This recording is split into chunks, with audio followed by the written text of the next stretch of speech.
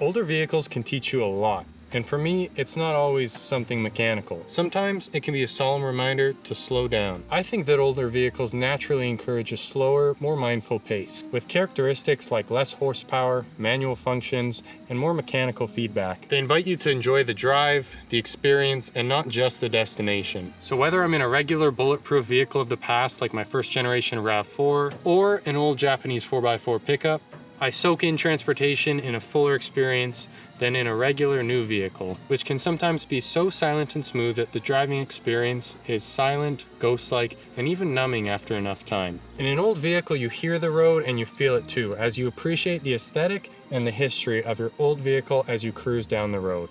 It's personal and it's your style. The fresh breeze through your open window and the tunes really make it feel like you are in the 90s, the 80s, and so on. Driving along before iPhones were even a thing.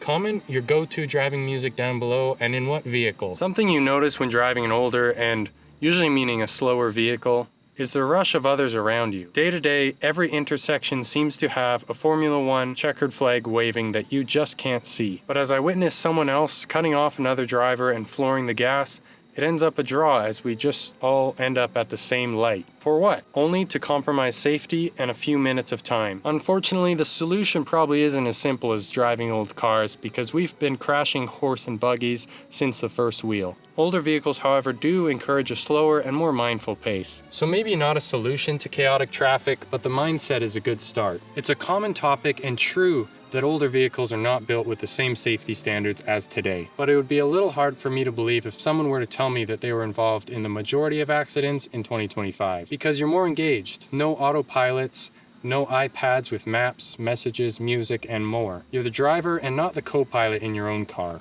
But due to modern safety, crumple zones, airbags, and etc., modern vehicles do take the cake in overall safety, resulting in less injuries and fatalities when unfortunately accidents do occur. Driving an old vehicle, I find it easy to be mindful of when another car might be changing lanes or turning through an intersection. When I'm engaging and changing gears, feeling my car and the road. You've most likely worked on your car, solved issues, and made fixes.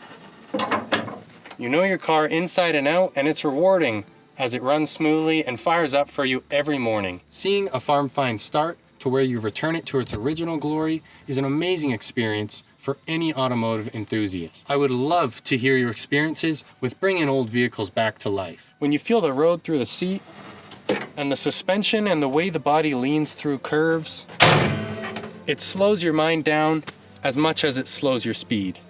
You drive at the pace the vehicle tells you, and its foreseeable limits and capabilities really make you feel like you're the operator of the machine.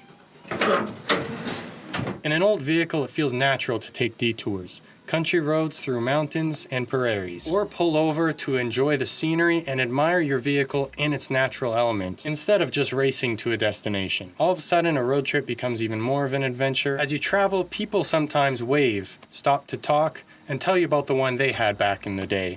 That means a lot for them as well. You have the idea as you take your time that this is how the vehicle was meant to be driven, and you don't need to feel bad about keeping up with anybody that's in a rush, when even basic model compact SUVs made in 2025 have enough power, speed, and performance to beat most cars made before the 2000s. Traffic only gets faster as we can drive with less and less of an idea of how fast we're going besides a number on a screen. No sense of risk or the responsibility of the lives of yourself and others that are put in your hands every time you get behind the wheel of a vehicle. It can be easy to forget if you're used to driving a new and polished vehicle that can sometimes feel more like a video game than operating a 4,000-pound vehicle around other cars, cyclists, and pedestrians. Do I mean this for every new car and its driver? Well, of course not. So let me know down below in the comments if you've had similar experiences or any thoughts pertaining to this video. As always, thank you so much for watching. You guys are the best. Subscribe to stick around for more videos like this one, and happy driving, everybody.